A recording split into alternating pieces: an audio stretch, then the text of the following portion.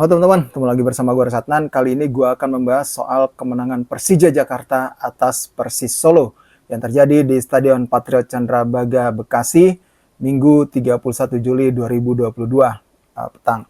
Ya, seperti kita ketahui bahwa Persija Jakarta pada laga ini berhasil menang dengan skor 2-1 di mana mereka unggul terlebih dahulu 2 gol di babak pertama lewat gol Hanno Behrens pada menit ke-14. Kemudian ada Frankie Dianermisa pada menit ke-44.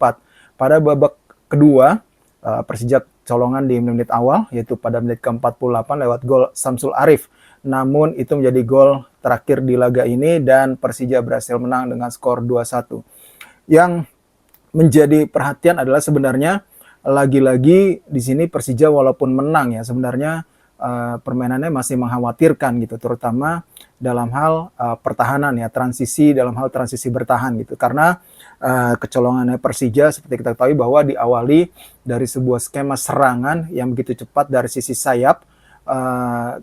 Ada Altaf Indi yang mana dia mampu berlari cepat meninggalkan Hansa Muyama, di mana di situ akhirnya Altaf yang menerobos area pertahanan dari Persija masuk kotak penalti, kemudian memberikan umpan silang mendatar ataupun umpan tarik kepada Samsul Arif yang akhirnya berbuah menjadi gol bagi Persis Solo. Sebenarnya eksploitasi di sisi sayap di celah pertahanan Persija ini juga kerap dilakukan oleh Bali United di laga perdana Persija di Liga 1 pada 23 Juli lalu ya, ketika Persija kalah 0-1 di kandang Bali United.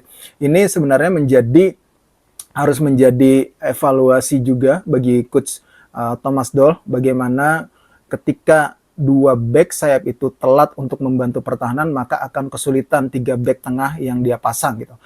Seperti kita ketahui bahwa di pertandingan kali ini ada 3 back tengah yang dipasang oleh coach Thomas Doll lewat skema 3-5-2 yang dia terapkan gitu. Di situ ada Maman Abdurrahman, kemudian ada Hansa Muyama dan juga ada Andres Kudela gitu.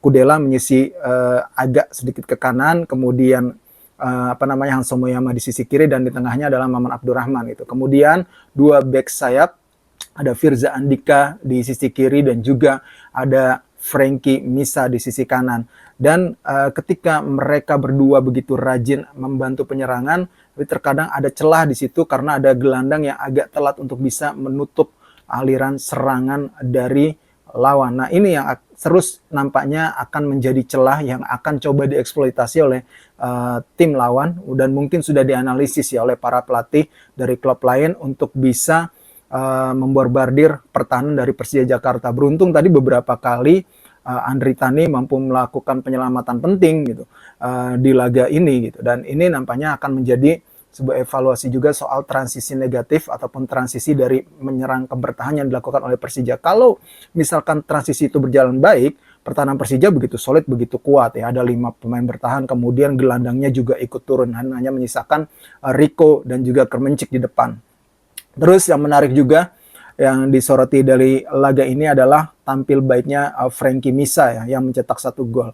Ini adalah pemain muda yang diorbitkan oleh Persija Jakarta, pemain yang akhirnya ada lagi nih dari Nusa Tenggara Timur yang bisa berbicara banyak di pentas sepak bola nasional gitu. Pemain muda harapan baru dari NTT setelah ada Yabes Roni Malaivani ya, yang kita ketahui bersama timnas U19 waktu itu, dan kemudian dia cukup tampil apik lah di Bali United, namun dalam beberapa tahun ini ataupun di awal musim ini masih belum mendapatkan kepercayaan dari pelatih Stefano Kugura.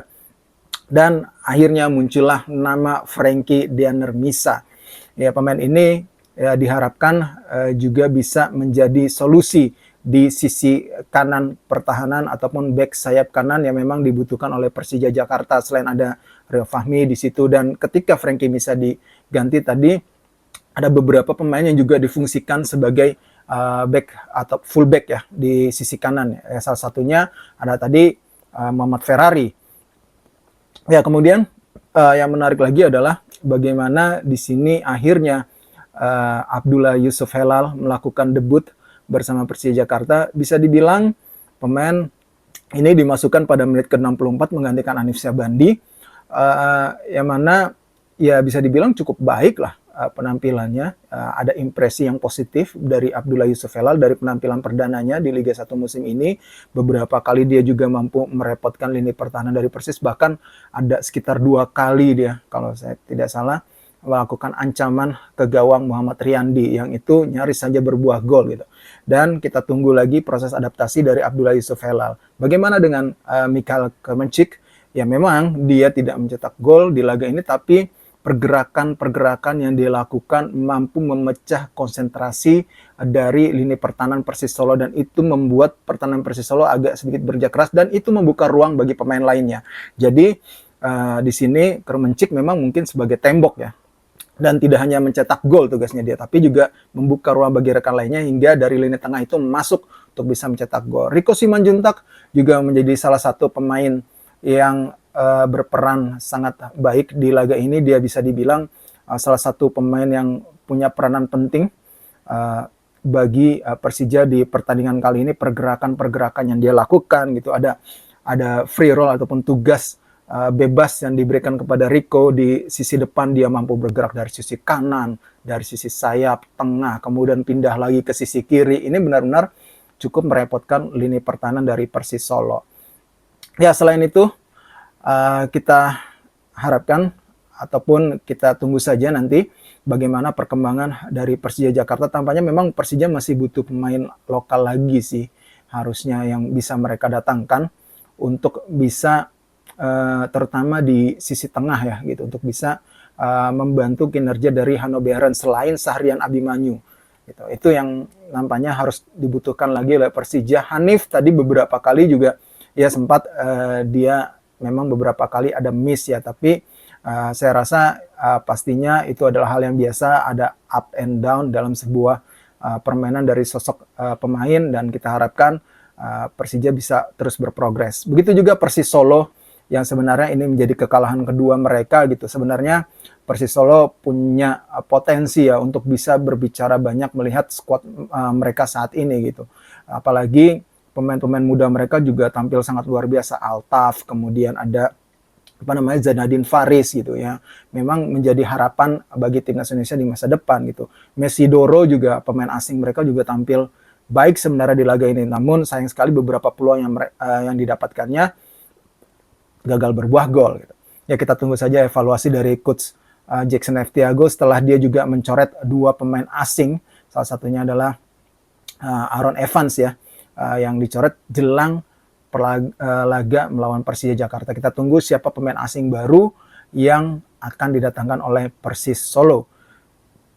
Kemudian di pertandingan lainnya, seperti kita ketahui bahwa Persik Kediri ditahan imbang oleh Bayangkara FC di laga lainnya, yang mana di laga ini Persik Kediri sebenarnya sempat unggul lebih dulu lewat gol yang dicetak oleh Renan da Silva pada menit ke-15 lewat titik penalti. Kemudian mantan striker mereka Yosef Ezezari yang melakukan gol balasan untuk Bayangkara FC pada menit ke-36. Ya, tentunya ini menjadi sebuah hasil positif sebenarnya bagi Bayangkara FC, berhasil mencuri poin di kandang Persik Kediri di Stadion Brawijaya Kediri.